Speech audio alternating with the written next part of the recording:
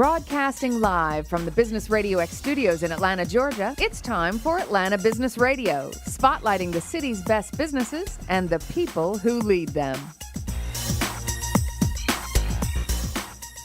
Hello, everybody, and welcome once again to a special edition of Atlanta Business Radio, Atlanta's most trusted advisors. I'm Ryan McPherson. Thank you so much for joining us today.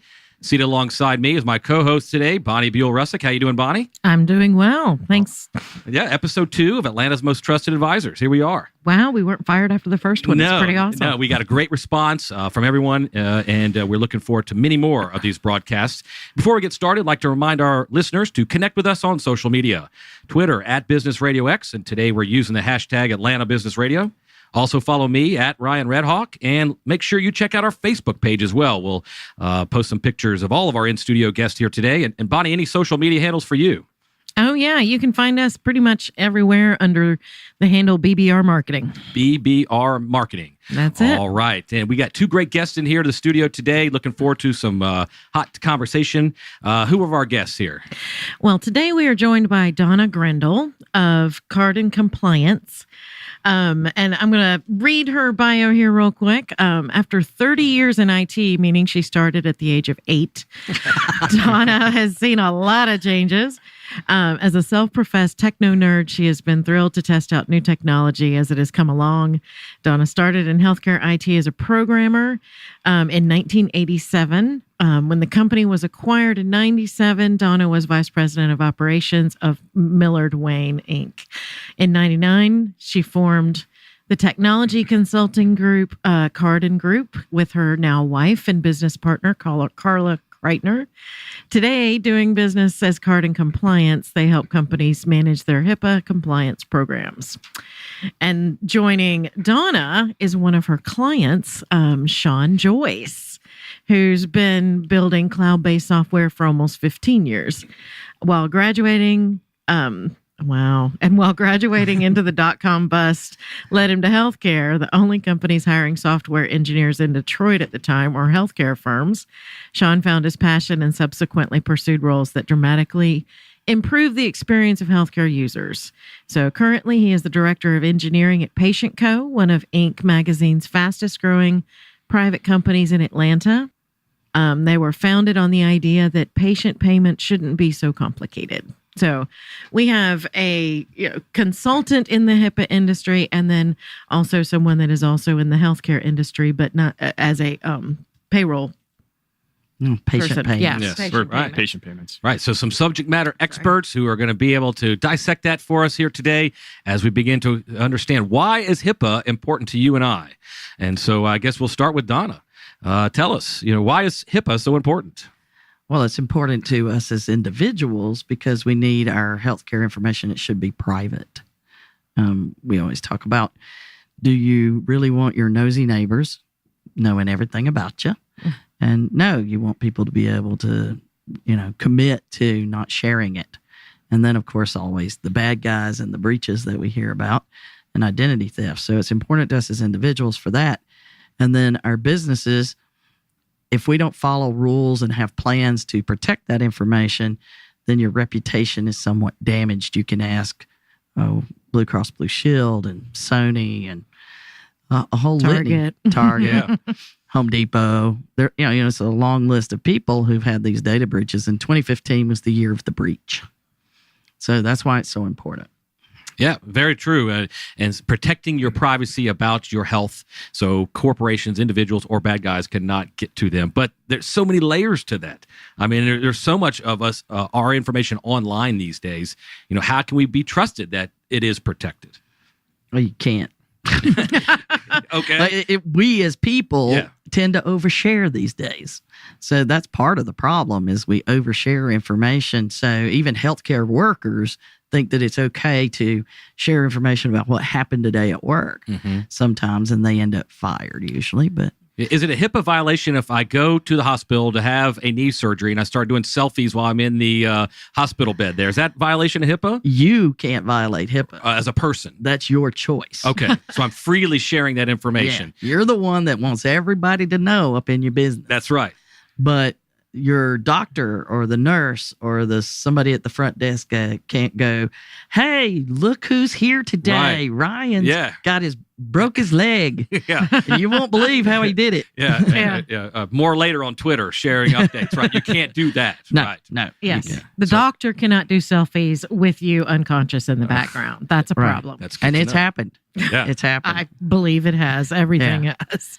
Well, it's like also do a podcast called Help Me with HIPAA, and we interview people that work in the industry, and we help people with HIPAA. It's the name. Yep. And we interviewed a nurse, nerdy nurse, Brittany Wilson. It's going to come out this Friday or tomorrow. But one of her comments was, you can't share things even if it is odd that that was in someone's body and it didn't go there. You can't share a picture of it. And you want to talk about work. So healthcare people can't talk about work. Right. You can't even go home and tell any identifiable details to someone you know at home, your spouse or your friends. You shouldn't do that. That's a no-no. So the website that comes out every year, the craziest things that were removed from various orifices, is probably not a legal thing. No. Though funny, for sure. Indeed. Well, yeah. I want to kind of get back a little bit here to HIPAA. And I guess part of the reason I wanted to do this show is, you know, we all, when we go to the doctor, we sign the form that says, yes, I've been informed, and no, you cannot release my information to anybody. And that kind of is our understanding of it, that, okay, it's good, it protects me, but I don't know a lot else about it. But so I'd like to kind of just get a little bit of background information on HIPAA itself. But then what I really blew my mind, and I think it'll probably blow a lot of others, is, you know, we know medical practices fall under and need to be compliant. But what I was surprised to learn is that any company that works with a medical practice and has access to the patient data also falls under the need to be HIPAA compliant. And I think there's probably tons of businesses like Sean's. You know, you think law firms, you know, payment companies, accounting firms, all these businesses that probably have no idea that they're probably, you know, need to be compliant and haven't taken any steps toward that direction. Yes, we have a lot of those clients. I would imagine so. Not Patient Co. No, they're good. They're awesome. So I think it's even more beyond just the first layer. So there's a difference there between the covered entity, that's the doctor you go to, and then there's the business associate, that's the companies that they're going to work with. And Patient Co is more of a frontline business associate in that we're contracting directly with the hospital or the physician group. But the business associate rules go beyond that. They're also applying to the companies that we contract directly with. So our cloud hosting vendor, the statement printer that we use, anybody that's coming in to audit our technology and our services, they have responsibilities under HIPAA, because they may come across some data that is patient specific. Say, you know, somebody is an IT company and they're, you know, managing backups for it. Well, in case, you know, our data is going to end up, you know, on one of their machines, they have to be prepared to deal with that appropriately. So there really is a tail and a chain of companies that are behind many, many layers deep in order to that are responsible for HIPAA here. Wow. And that's where you're talking about people don't realize it. So you're an accounting firm and you have a business associate as your client, then it's possible you could be exposed to their patient information. And if you are, then you're up. You're up. Yeah. Well, whose responsibility is it to inform these businesses that they, you know, okay, maybe they should take it on themselves, or there's news or various things, but who's responsible for letting them know that they are indeed do need to be thinking about HIPAA at least? Well, it starts with the covered entity, and the covered entity is required to get an agreement with the business associate called a BAA, a business associate agreement. And so they're required to get it with that front line, the first level. And then that company is required to get the same agreement with the ones that move down the line. So each company going down the line is supposed to understand and get that agreement. That's right. So when we're looking for a new vendor, we're going to actually vet them pretty strongly. And it's not like we're just going to randomly pick, you know, somebody that's in that space, somebody that's a hosting provider that's not really clear about what they're doing. I think the same would apply, you know, from the covered entity when they're looking to pick a partner or vendor similar to Patient Co, they're going to vet us, and we're seeing this more and more as, like, Donna mentioned, 2015 was the year of the breach. It is on everybody's mind. So we see it more and more now that they're asking us, what does it mean for you guys to be HIPAA compliant? How are you? What sorts of activities are you doing to make this work? And so we do the same for all of the partners that we have in our technology platform. Yeah, you certainly have people that will say, well, our security is better than HIPAA, so you can hire us. Well, HIPAA's more than security. Mm-hmm. It's understanding the value of what you have. And the regulation of HIPAA rules is nothing like the other regulations. So PCI and all of those type regulations, they're very much a one and done kind of thing. You set up your security, you test it every now and then, you're good to go. You just have to fill that form out or something. HIPAA's not like that at all, is it, Sean? No, it's something that we've attacked this by developing what we call the culture of compliance. It's something. It is not a one and done event. And if you're going to go into the market and build a healthcare based product like we have, what you're getting yourself into. And so, the way we think about this is, the first thing that our employees do when they come in is they get HIPAA training before they get access to any of our systems, before they're, seeing any data. They go through HIPAA compliance. Quarterly, we are bringing the entire company together, and we're making sure that they're all able to get retrained. Donna and Carla do a great job making it engaging. I think that's like critical to the sustainability of that program. If it's, really dry and boring, nobody's going to pay attention. So we make it engaging with them, and it allows people to enjoy HIPAA if that's possible. The other thing that's really important with our culture of compliance is that it's engagement in the entire organization, top to bottom. So our CEO is there, Bird Blitch, every single quarter doing the training. He is taking notes, he's paying attention, and it really shows to the rest of the people in the company that this is important. Our entire exec team, all of our leadership is there.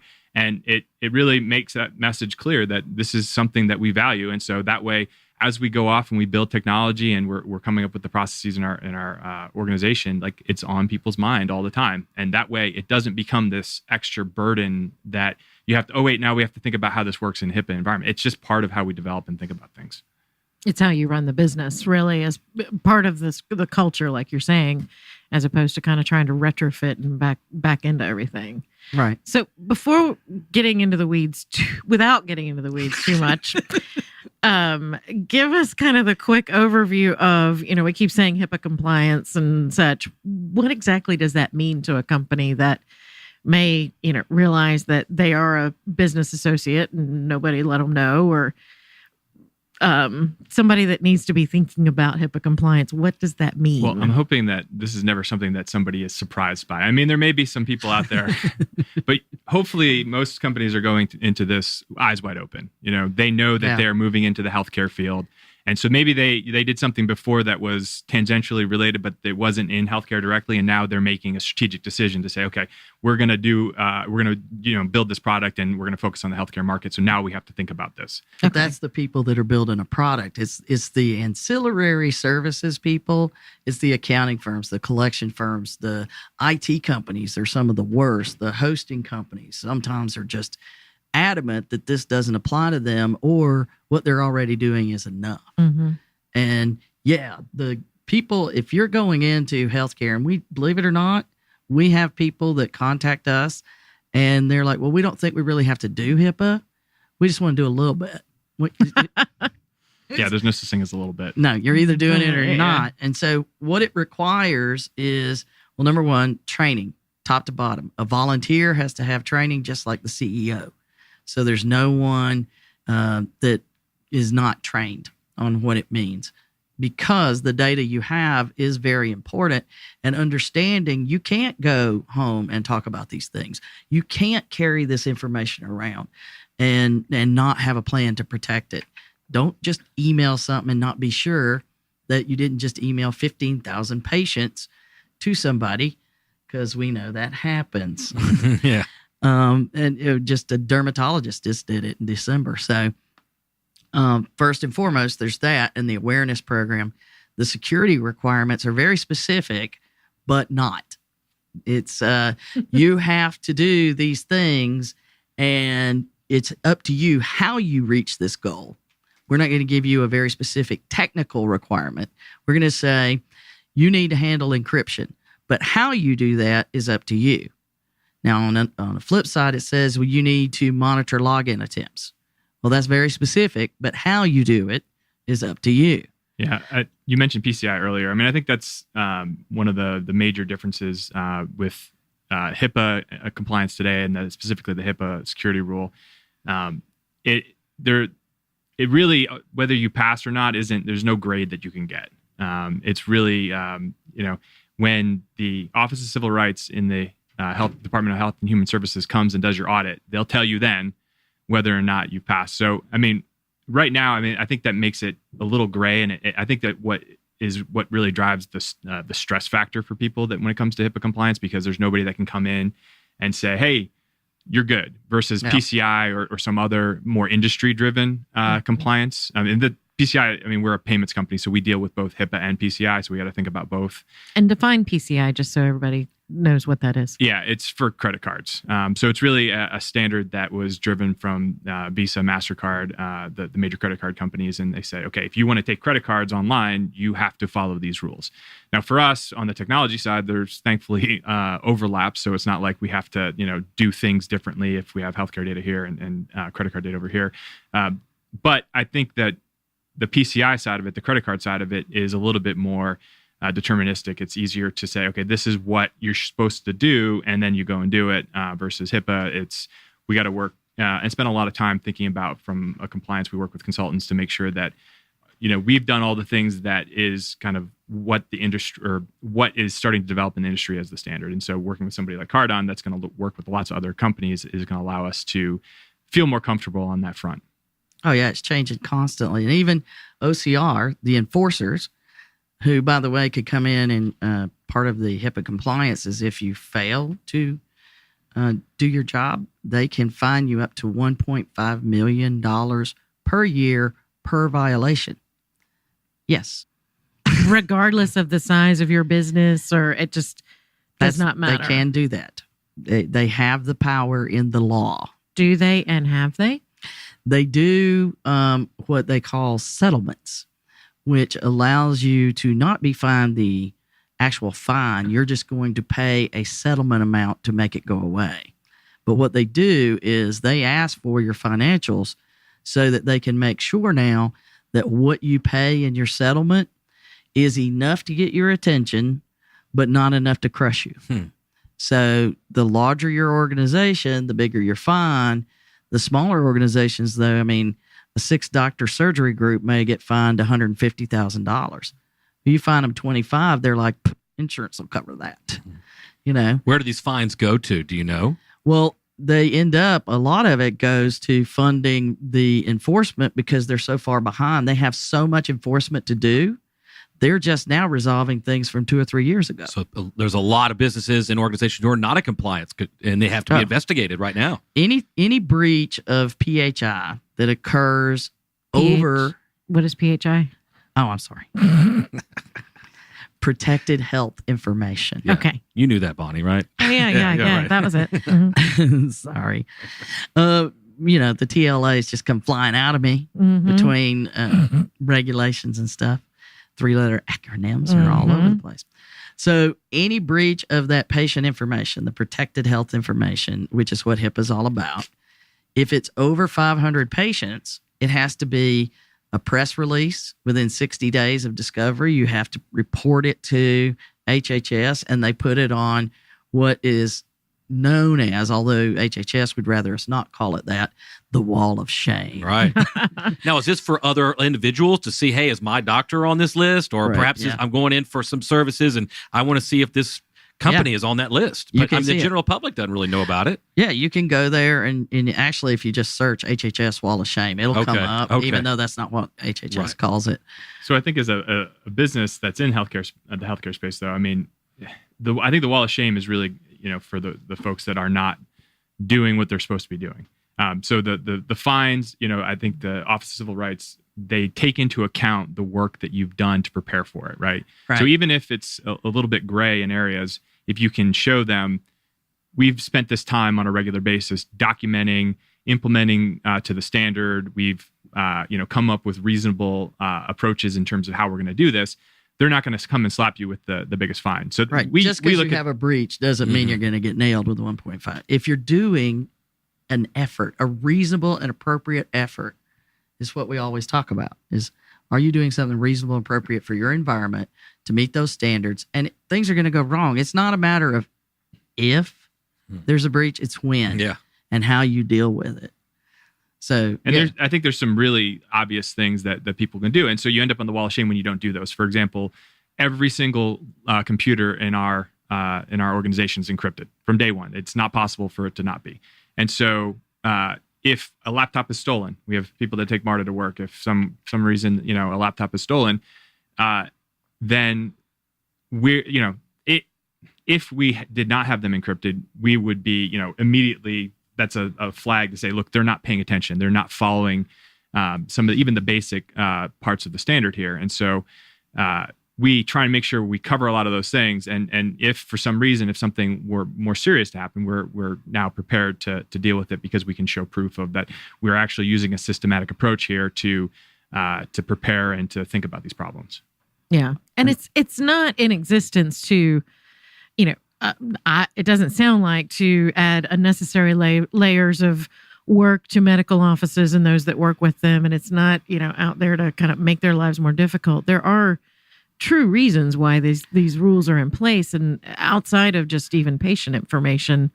Well, most businesses today should be following a lot of the things that HIPAA already has you do from the security standpoint. But HIPAA also has the privacy rule, which defines that thing you sign is known as the Notice of Privacy Practices, which basically what it's telling you, that's the contract that initiates HIPAA law, by the way. That's why you have to sign it. But it says, here are the things that we can do with the information you give us without asking you for more permission. And here are all the things that if we do it, we have to ask for more permission. And you have the ability to opt out of X, Y, and Z. So it's basically saying, here's our commitment to you to take care of that. So if you read that information, and most people never do, but of course I go ask for them. Can I see yours? I would like to read it. Yes. It's like the Apple contract. You're like, firstborn, sure, whatever you want, Yeah. So that Notice of Privacy Practices is what is saying what can and cannot be done, and that's part of what's called the privacy rule.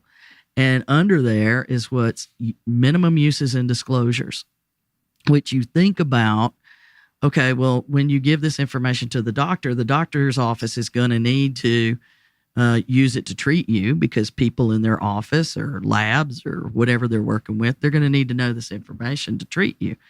And they're going to need to collect payment from your insurance company. So they're going to need to do that. And they need to run their business, which is going to require that. So those are the reasons that they can do things without asking for additional authorization for disclosure. Anything outside that, whether it's a business associate, so that if somebody, one of the reasons that we worry about training is at Patient Co., we worry about training, and that's why they do it day one, is you don't want somebody that comes in and then they're able to download some information and they're not careful with it. They don't protect it the way it should be protected, or they make a mistake. Like there's cases where paper boxes are put where they shouldn't be put, or thrown away when they shouldn't have been thrown away. And those are major breaches. And it's guaranteed OCR will investigate you if you have a breach over 500 patients. So that's an investigation that's going to happen, which is why the money goes back to funding the investigations, because they just don't have the resources to handle the sheer volume of enforcement work they need to do. Training is actually one of the things that they're big on today. And they're looking for organizations that when, 15 years ago, the original HIPAA security rules started to come out and the policies started to develop, they did their training then. They did it in 2005, and their whole organization's turned over and they haven't trained anybody. And that's how you get into those situations where somebody does. I mean, it's not intentionally malicious or anything like that. Nobody told them what the right thing to do is. And so that's what we think about in our organization. From day one, we're going to, indoctrinate them into the culture of compliance. They're going to be told what, is okay and what's not okay. And we don't want this to kind of, get in the way. We still have software to build, and we're trying to create innovative products that our clients can use, that has to be our priority. But we have to do it thinking through the lens of, okay, we always have to deal with HIPAA compliance. So here are the things that are okay, and here are the things that are not okay. And then quarterly, we're gonna train, and it's not gonna take up everybody's time and overwhelm the business, but it's something that we're always thinking about. Well, and you guys, Patient Co was born into business associate compliance with HIPAA. HIPAA came out, believe it or not, in 2003 to 2005. The whole rule was implemented. In the original version of it, it was voluntary compliance. The worst somebody could get fined was $25,000, and I equate that to the speed limit on I-16 is what? And does anybody know? Because we don't use it. No. Yeah. 89, 90 miles an hour, right? I'm going to Savannah. Yeah. So it's the same thing when you look at the HIPAA compliance stuff. Is for years, if they weren't around it at all, the medical practices, they were like, nobody's enforcing this, and it requires time and effort. I've got to create documentation because I can't just say, oh, I'm HIPAA compliant. Trust me, I have to prove it.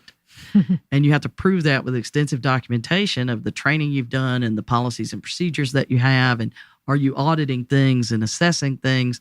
So it's not basic compliance efforts. So it does take time. But if you're not looking for these things, you're never going to catch it.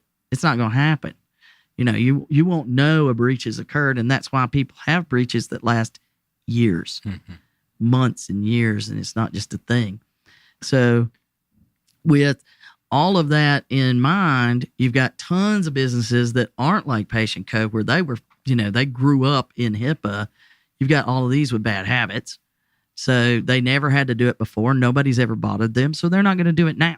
And we're still dealing with that. I view the fact that our entire organization is less than 10 years old. All the software that we've written is, within this decade, as a strategic advantage for our business, to be honest. I can't imagine having to do this role and deal with software that was written 30 years ago before this was, even a thought that anybody had. Trying to retrofit this is really, really challenging. And, you're going to have gaps. You're going to have, things and processes that grew up that have always worked, but they don't within the sphere of HIPAA. And so the fact that, from the day, like I was saying, every day, the first day that an employee walks in the door, they're thinking about this. All of our software has been written through the lens of, we need to make sure this is secure and HIPAA. Well, what are you doing over there, Patient Co? I'm sorry, Bonnie, go ahead.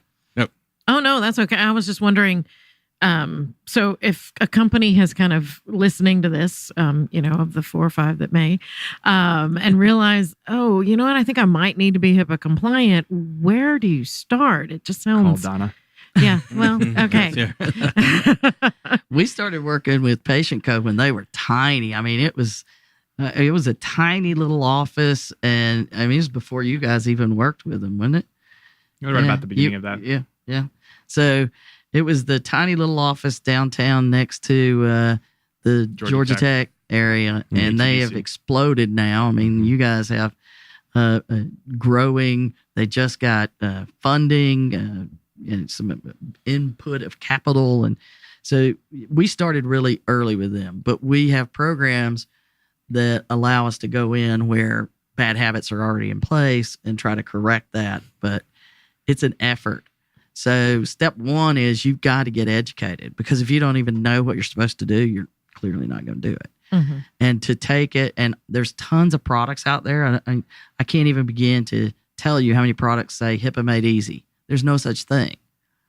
There's a piece of HIPAA that could be made easier if you use a tool on the security piece, but the overall legislation itself is not something that you can make easy.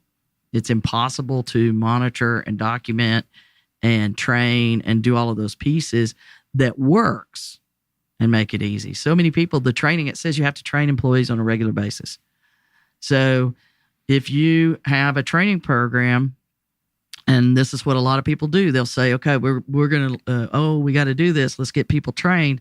So they'll go find a video training program that's 30 minutes with a little bitty quiz, and they'll sign people up for it. And okay, now we've got our HIPAA training. Okay. What do you guys think? No, not enough HIPAA training. Well, I tell people, think of it this way. Everybody can relate to, I have a teenager, and I'm going to tell them in January, that I'm going to tell you that you need to make the bed. I'm going to describe how you make the bed every day. And I want you to make the bed every single day. And then I'm going to talk about it again next January with you. How many times do you think that bed's going to be made? Without some sort of $1.5 million fine going on, right. not very often.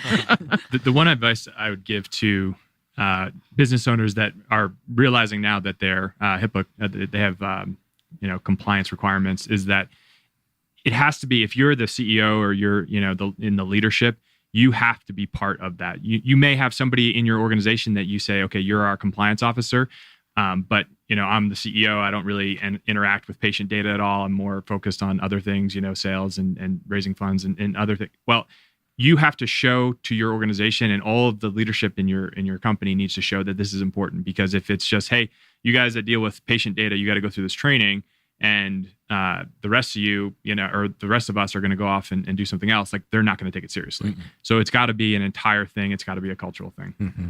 And what are you guys doing at Patient Co to kind of stay up to date with the current HIPAA laws and the new things that are coming out every year? Where do you go to stay ahead of the cutting edge? So we bring Donna in once a quarter. So we'll have, on that day, we'll spend an hour and a half or so doing another training session with the entire company. Then we have a compliance team that is, select 7 or 8 people in the organization that will sit down. And there we're going to, pick through, something that is on our agenda that's important that we have to get updated on. We're going to go through and we're going to adjust documentation. We're going to decide, okay, what do we need to go and tackle throughout the course of the next 3 months, and kind of break that down into smaller projects. Mm-hmm. We also end up going through a yearly audit, and that allows us to give us, kind of full spectrum visibility over what, where we are in regards to compliance. And technology is such a huge component of that too, because it's changing. More and more of our information is going online. Doctors sharing information with payment processing companies and such. And so that technology is going to change even how we're looking at HIPAA. Patient Co is on the forefront of that. We are entirely cloud-based. So everything that people interact with us, the online bill pay, everything that they're doing is going to be through a web browser. So that's where everything's headed. And so what you need to do as a company like ours is you have to take this approach systematically. You have to look at it and build it into what you're doing. And you got to think about security. Anybody that's in the IT space needs to think about security and making sure that you're making the right decisions to protect your data, whether it's patient data or not, but especially if you're in this case, because you run the risk of fines and other things that could disrupt your business. And what about for you, Donna? Where do you go to stay up to date with the latest and greatest? Are there certain blogs that you follow, or is there certain industry publications that you're dialed into on a regular basis? Oh, yeah. Pretty much I have to spend a certain amount of every day reading. Every day? Every day, because, a breach comes out, a ruling comes out. FTC, which you wouldn't even think about being involved Federal in. Trade Commission. Yeah. They just did a settlement with Henry Schein over their encryption. They said they were fraudulent in the way they were telling the offices how their data was being encrypted, that it wasn't acceptable encryption under HIPAA. Okay. Yeah. Who would have known? Not me, right? Yeah. Right. So, I have to stay on top of all kinds of news. And a data breach, if something happens at Home Depot or Target, you would think that wouldn't matter to most healthcare people, but it does, because now I know how they got in. Yes. So we got to know how they got in, so I have to stay on top of those. And then, of course, the HIPAA guidance. Every time there's a release of a resolution, in that resolution, they're basically telling you what you did wrong. And here's what we're going to do, because they put you on a plan for 2, maybe 3 years that says, here's all the rules you're going to follow to make sure you stay compliant. Because they'll tell you, look, we can tell you today you passed an audit, but tomorrow you may not. It can happen that quickly, and that's why you have to stay on top of it. And that's why with the guys at Patient Co, the program that we developed and use when we're doing here's how you build that culture of compliance. It's got the training for the whole staff. Then we have training for the compliance officers. And, Patient Co has a wonderful compliance officer. Kaylee's awesome. But she has to know more about HIPAA than everybody else. And we also work with the COO, Kurt, who he has to know more about HIPAA than everybody else. And they have to then manage all of the documentation. Oh, and I'm sorry, Sean. Don't forget Sean. No, we haven't. He does a lot of the technology stuff. So they have to know all of those pieces. Then we have their incident response team, which you have to be prepared. Part of the rule is you need to be prepared if you have a breach. Yeah. And there's actually a breach law, part of the law that says here's what you need to be able to do. And you have to have a written plan and all these things to deal with a breach. And a lot of business associates will say, well, that doesn't apply to me. And my first question is, what are you going to do if you have a breach? Because as a business associate, you have a breach, it could affect hundreds of clients and hundreds of practices. In fact, that happened in Indiana with a company called MedInformatica, something like that. And they had a major breach in their data center, which affected, I think, 30 some odd different practices, or maybe even more than that. So they have to have a plan, because if you don't have a plan, what are you going to do? So we meet with on the quarterly training, we also have a quarterly training with the incident response team and say, okay, what if this happens? What are you going to do? Do we have that written down? Do we know how we're going to handle that? It's the simulations that I think are critical, because you Like can a fire drill. Yeah, exactly. Yeah. So you can document things. You can say, okay, yeah, this is how we do it. But until you actually try and role play the scenario, you don't know exactly how it's going to work out. So I think that's a critical component of what we do and how we prepare our organization. Yeah, everybody, when we throw something out there, you see everybody, and of course, because it's tech, and you love that, everybody's sitting there with a laptop around the table. And the minute you bring something up, typing starts. Here's what I would do. So it's a very interesting, and you learn a lot constantly. And that's how I have to stay on top of it. I read about all this stuff. Right. And then I do conferences like HIPAA Summit. They can do a webcast. And there's a HIPAA security thing in the fall. HIMSS is a big thing. We're going to be out there this year at 2016. Right. We'll be See there. you there. I'll be broadcasting live from the HIMSS floor with this Just In and Justin Barnes. Justin, Michiko will be there. Yeah, great. Awesome. Yeah. We're going to have a big party there then. All right, Las All Vegas, right. look out. Here we come. The HIPAA folks are going. So, but there's a lot of preventative measures you got to take. There's a lot of actions you need to have in place in case a violation happens. But why are you so passionate? I know you're a self-professed techno nerd, but why are you so passionate about HIPAA in particular? Well, I've been in healthcare so long, and having worked in the offices and know what can happen and what the stress this creates for patients if something goes wrong, or it can be something as simple as, HIPAA is not a law that you as an individual can use to sue somebody. However, there's been some recent court cases where you're allowed to use HIPAA as a standard of care. And there's a case in Connecticut where a woman goes to her OBGYN and says, this is the name of the baby's father, and I do not want you releasing any of my medical information to this person. We're in a lawsuit. I don't want it done. And made it clear. It's in the record, everything. The doctor's office gets a summons from the father's attorney demanding her medical records. So they released them. They never, I know, I'm Bonnie's sorry. I just Bonnie's head saucers. Yes. They released them, and it made things very, very horrible for this woman because of a lot of things that really are not necessary to be public information. But she was able to sue the doctor's office and say, under HIPAA, you should have given me the opportunity to deal with that, and required authorization from me, even though there was a summons from an attorney. And so it matters. And think of how bad that was. There are cases where I've actually gotten calls from people we know where they're in the middle of a lawsuit in a family deal. And all of a sudden, this medical information about one of the people in the lawsuit is brought up by the opposing half.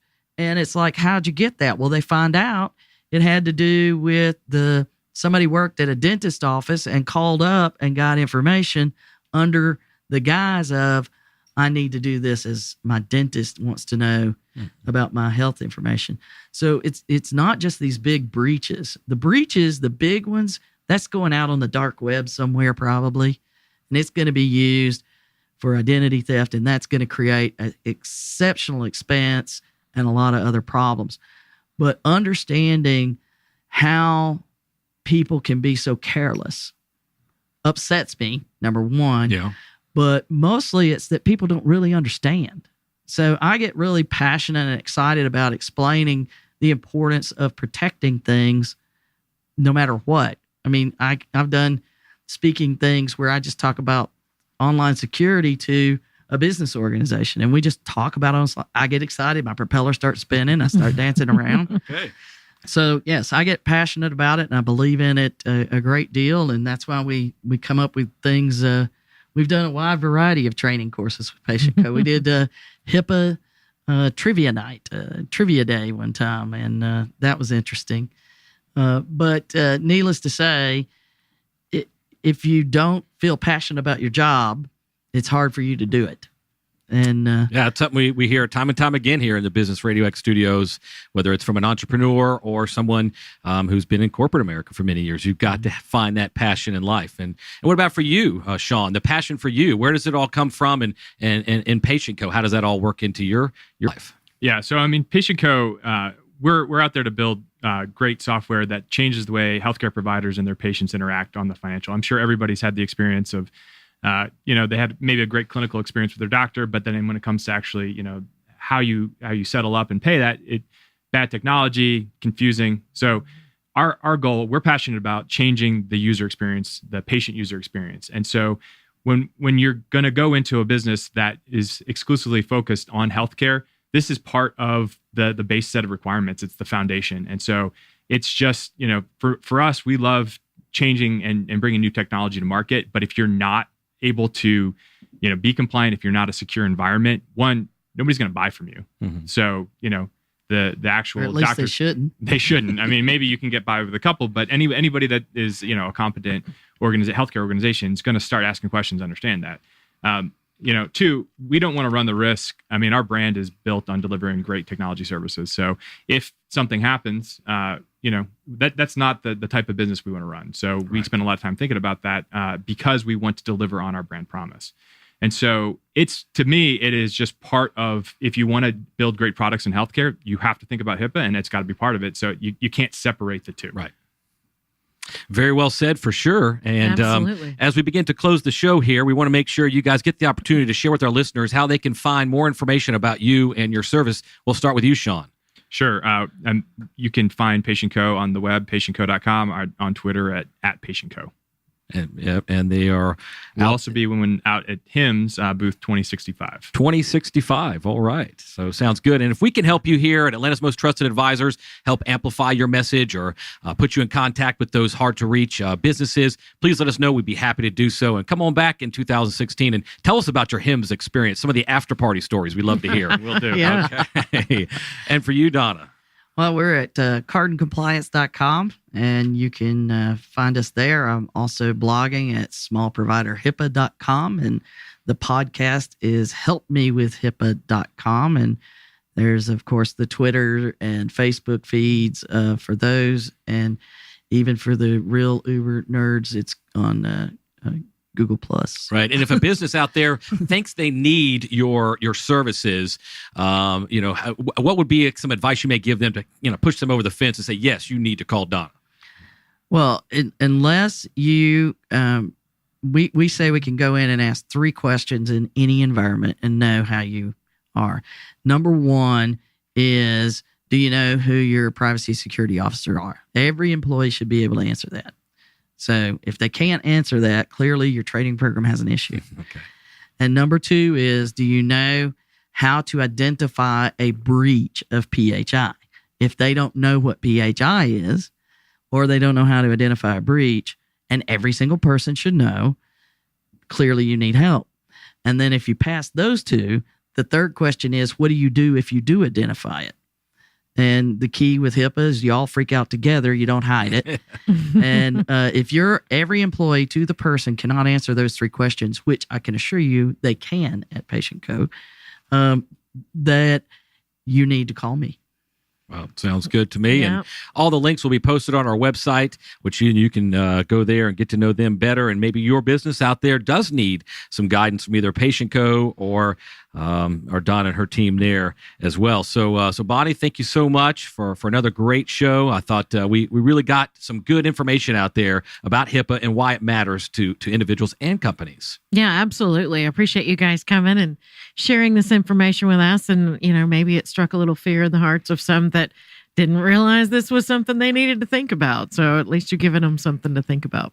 Yeah, no doubt. And we'll continue this conversation as well on Atlanta's Most Trusted Advisor. So make sure you stay tuned to Atlanta Business Radio and Business Radio X to see all the upcoming guests in the future. So thanks so much, Bonnie. Thank you so much, listeners, for supporting us. And thank you to Stone Payton and Lee Cantor. And on behalf of the entire Business Radio X network, I'm Ryan McPherson. We will see you on the radio.